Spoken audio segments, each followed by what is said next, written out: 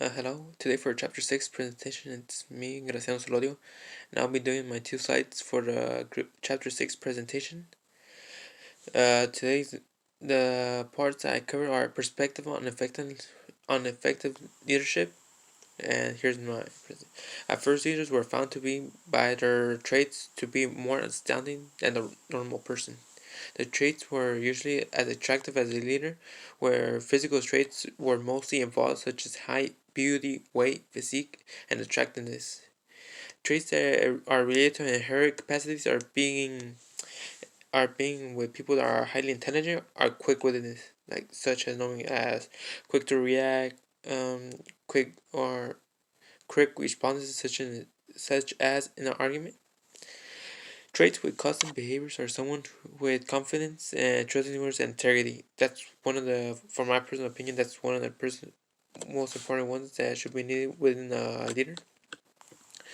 And for an example, a survey found that the traits that are needed for a leader to possess that are absolute essential are honesty, intelligence, and decisiveness.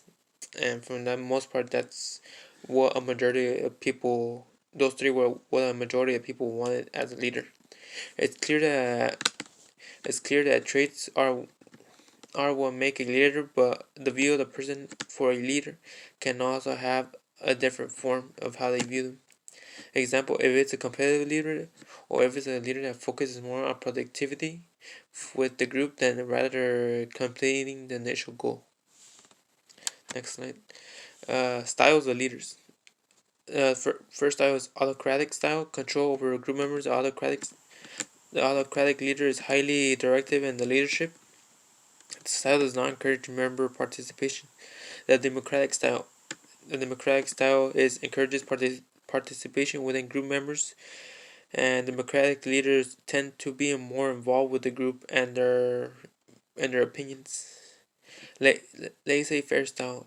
It is a do something approach to leadership. It is the avoidance or absence of leadership in which individuals make decisions, hesitate and take an action, or are absent when needed. This could be more of a more problem-causing group. There's not a single form of leadership. No one has control. It's whichever person takes charge, or whichever person has an idea can continue with their initial task, and as the task goes on, or as they work for that task to go on, they break down and it's a complete disaster. One thing that is clear from leaders that under that circumstance is that that it depends on the situation they are. If it's in sports, military, or in another circumstance, it depends on the circumstance where they are that bases the leader off their character and the form in which they complete the task.